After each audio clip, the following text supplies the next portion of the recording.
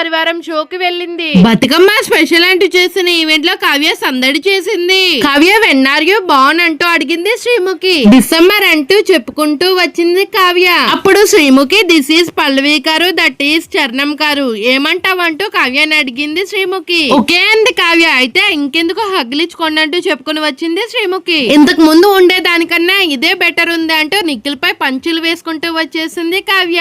కానీ ఫ్యాన్స్ మాత్రం నిఖిల్ కావ్య మళ్ళీ కలవాలి, పెళ్లి చేసుకోవాలనే కోరుకుంటూ ఉన్నారు. ఒకప్పుడు కావ్య నిఖిల్ ఇద్దరు కలిసి స్టార్మా పరివారంలో ఎన్నో సార్లు సందడి చేశారు. కానీ ఇప్పుడు విడివిడిగా వస్తున్నారు. బ్రేకప్ అయిన తర్వాత Kavya Nikhil face to face 2 షోల్లో మాత్రమే కనిపించారు. అప్పుడు కూడా నిఖిల్ ని ఏమాత్రం పట్టించుకోకుండా కావ్య తన పని తను చూసుకుంది. నిఖిల్ ఫస్ట్ చూడ్డానికి ట్రై చేసిన తర్వాత పట్టించుకోపోయేసరికి తను కూడా అలానే చేశాడు. కెరియర్ విషయానికి వస్తే నిఖిల్ ప్రస్తుతం సినిమాలు, వెబ్ సిరీలు, ఇండిపెండెంట్ సాంగ్స్ చేస్తారు.